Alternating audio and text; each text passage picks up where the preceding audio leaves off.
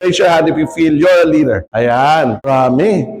May pag-asa ang Pilipinas. Leadership is a very important role in any organization. Sabi ni John Maxwell, everything rises and falls on leadership. It's a very important responsibility to have and one that is not to be taken lightly. No? So I'm glad that you're here because you're exploring leadership, right? Our country, the organizations in our country need leaders. Yung leaders na hindi masyadong mataas ang ego. I'm glad that because this is a student organization and I'd like to congratulate the leaders of this organization for doing this event. Sino po mga officers natin? Who are our officers?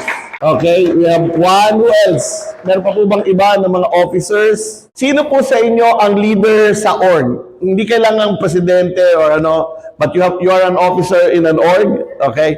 In any org, itong nandito. Sino ang gustong maging leader sa org? Patay, next year, wala nang org. If you really want to learn about leadership, because a lot of you raise your hands, and some of you raise your hands when you said you want to be a leader, this is the best place to start your journey. This is where you learn how to be a leader. Why? Kasi kapag ka nasa org ka, sa student org, the only thing you have is influence, no authority. When you go to a company, pag boss ka, may authority ka. Pag hindi ka sumunod sa akin, tanggal ka sa trabaho.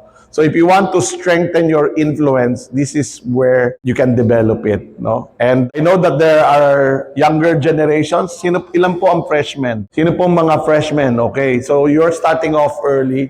I'm glad that you're here because hopefully today I can impart to you some of the things that you need to keep in mind in order to become successful leaders because organizations, the industries are looking for really good ones. And there are not a lot of leaders, no? Maraming supervisors, maraming managers, maraming boss sa mga kumpanya, but not a lot of leaders. Okay? So,